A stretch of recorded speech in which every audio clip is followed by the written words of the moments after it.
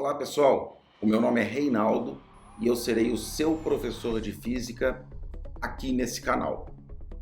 A aula de hoje será sobre a dispersão da luz branca.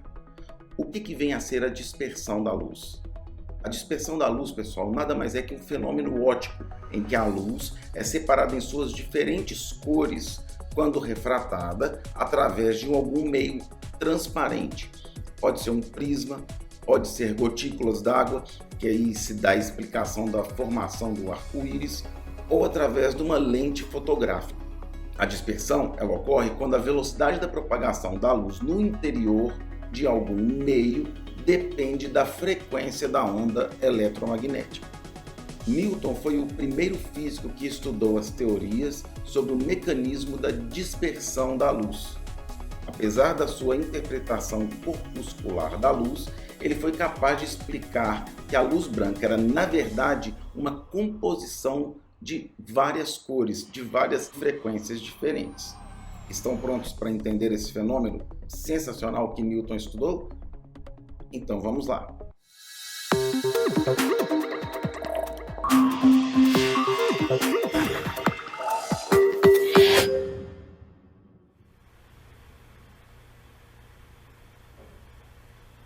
A gente consegue perceber a formação de um arco-íris, né? Esse fenômeno aí bastante bacana. Agora, por que acontece isso? É isso que nós vamos estudar, né? Hoje nós vamos estudar a dispersão da luz. E a luz branca, ela tem esse aspecto importante. Consegue se dispersar. E o que é essa dispersão? Primeira coisa, esse fenômeno ele foi estudado pela primeira vez por Newton, Isaac Newton, em 1966. E o que é a dispersão da luz? Será que tem alguma coisa a ver com as cores do arco-íris? Exatamente. O que é essa dispersão, então? A dispersão da luz, pessoal, nada mais é que a separação da luz branca nas outras cores. Olha lá. Quando uma luz branca é projetada sobre um prisma, o que acontece? Olha lá. Ele atravessa pelo prisma e ao mudar de meio, olha lá, a luz branca está no ar e muda para o prisma. Muda de um meio para o outro.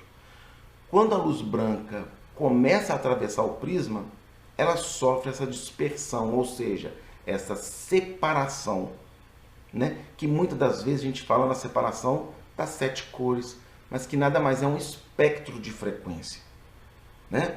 E aí é muito falado aí nas cores vermelha, laranja, amarelo, verde, azul, anil e violeta. Quem que não se lembra da capa de um dos álbuns da banda Pink Floyd, não é isso, pessoal? Vamos conhecer o disco de Newton. Olha bem.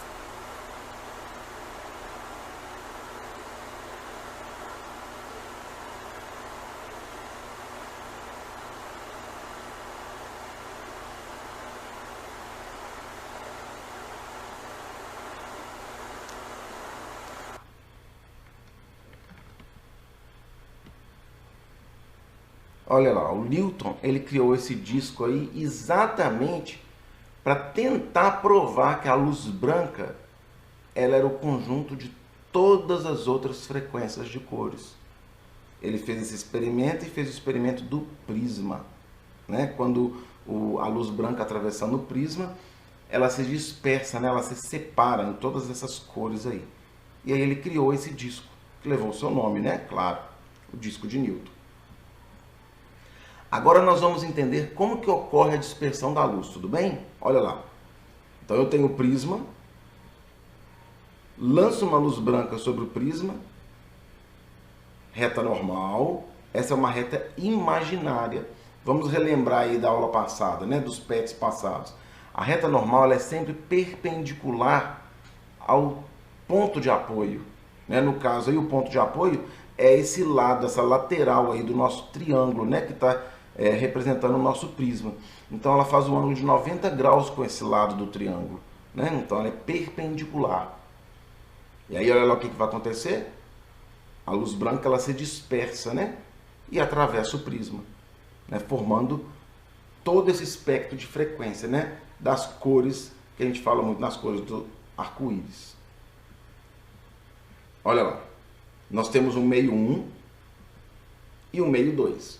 O meio 1 é o ar, o meio 2 é o próprio material que compõe o prisma, né? Então eu tenho dois meios diferentes.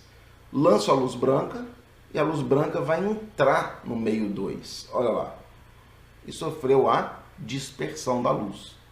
Então a luz branca, pessoal, é uma luz policromática. Por que policromática? Cromático de cores, poli, muitas. Então a luz branca é policromática porque ela é formada por todas as frequências de cores. Enquanto que, por exemplo, a luz amarela é uma luz monocromática, que ela tem uma frequência apenas, né? Que no caso, se eu for falar de tonalidade, tem somente a tonalidade amarela, né? Então a luz violeta é monocromática, a luz vermelha é monocromática, a luz azul monocromática, porém a luz branca é uma luz policromática. E aí olha o que eu observo. Eu tenho um ângulo de incidência, que é o ângulo entre a luz branca, né, o raio de luz branca e a reta normal, e tem um ângulo de refração. Não é isso? Olha lá o que acontece. O que você percebe da luz vermelha e da luz violeta? Vocês perceberam que a luz violeta ela sofre um desvio maior? Pelo ângulo aí de refração, né, um ângulo menor. Tranquilo? O ângulo de refração da luz vermelha é um ângulo maior. Por quê? Porque a luz vermelha ela sofre menor desvio. Então, quer dizer, ela consegue atravessar mais rapidamente pelo prisma. Então, essa dispersão ela fala uma coisa muito importante para nós também. Além de eu entender que a luz branca é uma luz policromática, formada por todos os espectros de cores, eu também sei que cada cor tem um desvio, vai sofrer um desvio, ok? Da mesma forma, eles vão ter índices de refrações diferentes. Mas calma aí, ainda não vai ser um momento nessa aula da gente falar sobre isso não. Né? Em outras aulas nós vamos falar sobre isso. Hoje o que interessa é o quê? Entender o que está acontecendo com a luz branca que atravessa o prisma. Né? O que está acontecendo aí? Quando a luz branca sai do ar e entra no prisma, ela não está mudando de meio? Toda vez que existe mudança de meio, ocorre refração da luz. Ou seja, a luz mudou de um meio para o outro, ela está sofrendo refração. É por isso que na hora que eu coloco uma colher dentro de um copo, ou uma faca dentro de um copo de água, a gente percebe o quê? A gente tem aquela ilusão ótica, né? De que a faca se quebrou, se partiu, né? Por quê? Porque tem aí mudança do meio, a luz está sofrendo mudança do meio. Então a gente vê essa diferença, essa refração. Isso só não acontece se você colocar a colher exatamente entrando perpendicular sobre a água, fazendo um ângulo de 90 graus. Né? Então, quando o ângulo é de 90 graus, essa refração ela ocorre, porém, ela não tem desvio, ela não sofre desvio.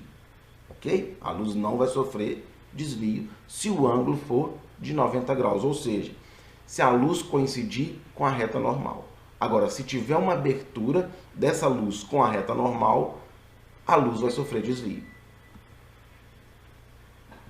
Olha lá.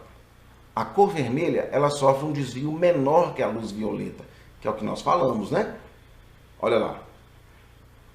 A frequência das luzes, olha lá, cada cor vai ter uma frequência.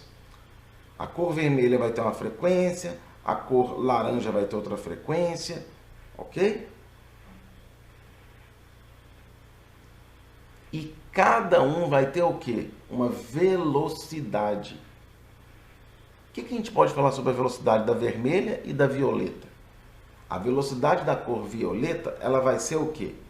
É menor, né? A velocidade da luz violeta, ela é menor. Por quê? Porque o desvio é maior. Já a velocidade da luz vermelha, ela é maior. Por quê? Porque ela sofreu um desvio menor. Então ela vai gastar menos tempo para atravessar o prisma. Em um local escuro, a gente pode projetar em uma parede branca o espectro de luz que se forma, olha lá. Se a gente projeta isso aí numa parede branca, a gente não vê essa separaçãozinha bonitinha, vermelha, alaranjada, amarela. Não, a gente vê um espectro contínuo da luz. Ok? É isso aí que a gente vai avistar. Que é o caso que a gente vê do arco-íris, né? É assim que a gente vê o arco-íris sendo formado. Né? E o que é o arco-íris? Né? Como que o arco-íris é formado? São por gotículas d'água. Né? Então você tem gotículas d'água, a gotícula d'água está fazendo papel do prisma. Né? Então está tendo mudança de meio aí. Ó. A luz do sol, né? O sol apareceu depois logo daquela chuva, e as nuvens que estão formadas, cheias de gotículas ali, essa luz ela quer atravessar pela gotícula d'água. E aí o que acontece? Ela vai sofrendo desvios, e essa formação, né, quando ela atravessa de um meio para o outro, do ar para a gotícula d'água, e da gotícula d'água volta para o ar, tem essa formação do arco-íris. Né? Ou seja, existe a dispersão da luz branca do Sol. Cuidado, a luz do Sol não é amarela, como muitos pensam, né? Porque desde criança começa a desenhar lá o desenhozinho do Sol, o Sol amarelo, né? Mas o Sol é luz branca. Por isso que tem a formação do arco-íris. Porque se a luz do Sol fosse amarela, eu não conseguiria ver arco-íris com todas essas frequências de cores. Eu veria só um feixão amarelo aparecendo no céu. É isso? Porque o amarelo, lembrando aí das aulas passadas, o amarelo ele só reflete amarelo. Né? Não tem como amarelo refletir outra cor. Somente o branco que reflete todas as cores. Não é isso mesmo? Caso a luz for monocromática, ela não sofrerá dispersão, porém apresentará o mesmo fenômeno da refração ao mudar de meio. Olha lá, a luz entra, né? Imaginar que a luz é vermelha, né? E não é branca, a luz vermelha entrando, atravessou o prisma, não sofreu a dispersão, porque é uma luz monocromática. Agora, vamos verificar essa bandeirinha aí, ó. Escolha um ponto fixo, por exemplo, uma estrela. Fixe os olhos nessa imagem por 15 segundos sem piscar. Vamos lá.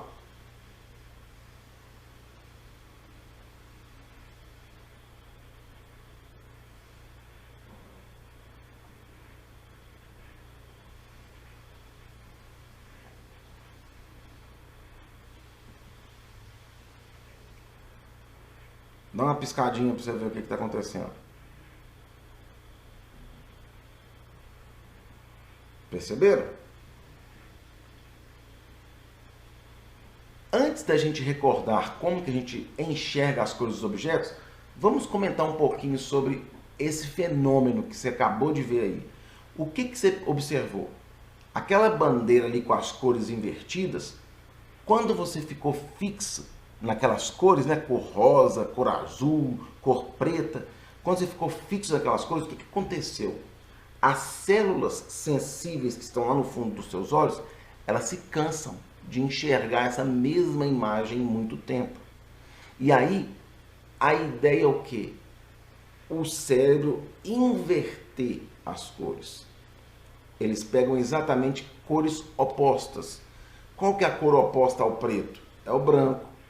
Qual que é a cor oposta ao rosa? É o verde. E assim como aconteceu em toda a bandeira. Então é por isso que quando você fixa naquelas cores, né, naquela imagem, com aquelas cores invertidas da bandeira, e olha para um ponto branco, né, para uma parede branca, para uma tela branca, como a gente colocou aí, você vai ver as cores opostas às cores que vocês viram anteriormente. Tudo bem? Por quê? Porque os seus olhos, né, as células dos seus olhos, elas se cansam daquela mesma imagem. Ok? Então vamos recordar isso aí de aulas passadas, né? Vamos imaginar aí, ó, que esse passarinho azul e essa maçã verde com a folhinha vermelha seja iluminada por luz branca.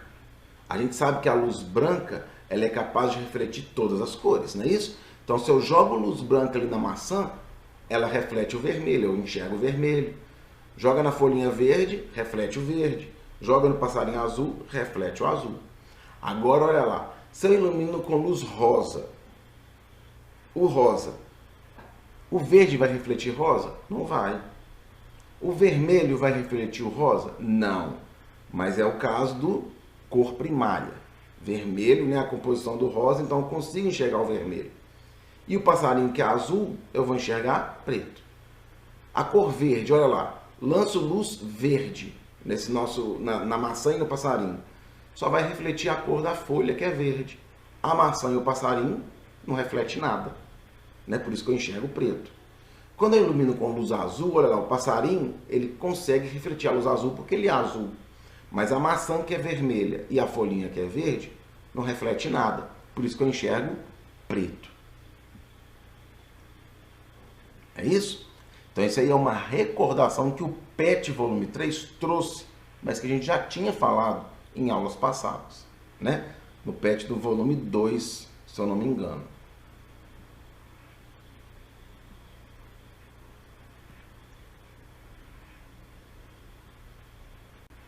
Então é isso aí, pessoal. Espero que vocês tenham gostado dessa aula. Qualquer dúvida que vocês tiverem, voltem no vídeo, estudem na apostila, né? E façam as atividades que eu sempre posto por aqui. E não se esqueçam dos canais que nós temos para nos comunicarmos. Pelo Conexão Escola, aqui mesmo pelo Google Classroom ou até pelo YouTube.